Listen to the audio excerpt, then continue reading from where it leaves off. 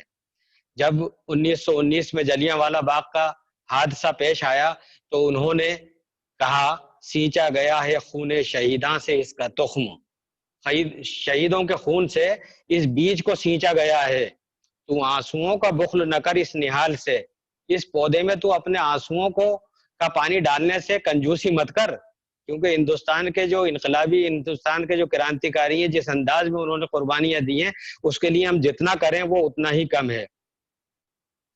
سولی اور پھانسی پر جب انقلابیوں کو چڑھایا جاتا تھا، اس زمانے میں ان لوگوں کی زبان پر جو شعر ہوتا تھا وہ ہوتا تھا، سرفروشی کی تمنا اب ہمارے دل میں ہے، سرفروشی کی تمنا اب ہمارے دل میں ہے، دیکھنا ہے کہ زور کتنا بازوئے قاتل میں ہے۔ یہ انگریزوں کو کھلی چیتاونی تھا، انگریزوں کے لیے چیلنج تھا۔ اب یہاں میں ایک بات خاص طور سے ذکر کرنا چاہوں گا، جس میں دنیا کی کوئی زبان اردو کا مقابلہ نہیں کر سکتی، تو اس طریقے سے نہیں کر سکتی کہ 1922 عیسوی میں آگرہ کی ڈسٹرکٹ جیل میں ایسے کئی مشاعرے ہوئے جس میں کئی انقلابی شاعر جن کو جیل ہو گئی تھی ان کو قید میں رکھا گیا آگرہ کی ڈسٹرکٹ جیل میں، اور وہاں پر تقریباً 300 مجاہدین آزادی نے کئی مشاعرے اور نشستیں کی، جن میں مولانا عارف حسوی، خواجہ عبدالحمید شیدا، عزیز احمد زبیری، مولانا نذیر احمد، سید صغیر حسن، اسیر الہ آبادی، مسٹر مہاویر تیاگی، حافظ محمد عثمان، رتن لال زمرد، پنڈت رام نریش ترپاٹھی، محمد مصطفیٰ احمد پھپوندوی، کرشن کانت مالویہ، کنور بہاری ماتھر، شاہد حسن الہ آبادی، پنڈت رام پرساد طالب، اطہر مہاروی وغیرہ نے جیلوں میں رہ کر وطن پرستی اور جذبہ آزادی کے دیپ روشن کیے۔ یعنی جیلوں میں رہ کر آدمی اپنی گھر والوں کو بھول جایا کرتا ہے، یاد بھی کرتا ہے تو بڑے دبے الفاظ میں کرتا ہے۔ یہ وہ انقلابی شاعر تھے کہ جنہوں نے جیلوں میں رہ کر بھی انگریزوں کے خلاف بغاوت کا بگل بجایا اور اپنے وطن پرستوں کو، اپنے اہل وطن کو یہ پیغام دیا کہ ہم جیل میں رہ کر بھی جن صعوبتوں کو برداشت کر رہے ہیں، آگے بھی ہمارے ساتھ میں کتنا ہی مظالم انگریز ڈھالیں، ہم ان سے دبنے والے نہیں ہیں۔ اس لیے تم سب ایک ہو کر انگریزوں کا مقابلہ کرو، اور اس مقابلے کا نتیجہ یہ ہوگا کہ ہندوستان آزاد ہوگا۔ ہندوستان ہندوستانیوں کے لیے ہے اور ہندوستان ہمیں ہی ملنا چاہیے۔ انگریز یہاں پر جس قسم سے تجارتی انداز میں تاجر بن کر آئے تھے اور دھیرے دھیرے انہوں نے یہاں پر پیر پسار کر یہاں کے حکمران بن بیٹھے، اور اس حکمرانی کے ساتھ ساتھ انہوں نے جو ہم پر مظالم ڈھانا شروع کیے اور یہاں کی دولت کو جو یوروپ لے جانا شروع کیا، انگلستان لے جانا شروع کیا، اس سے ہمارا دیش جو کسی زمانے میں سونے کی چڑیا ہوا کرتا تھا، آج بالکل غریبی کے دور سے گزر رہا ہے۔ یہاں پہ غریبی، بھوکمری، اوریانی، یہ تمام چیزیں پھیل چکی ہیں، اور ان سب کے ذمہ دار انگریز اور سرمایہ داران نظام کے حامی لوگ ہیں۔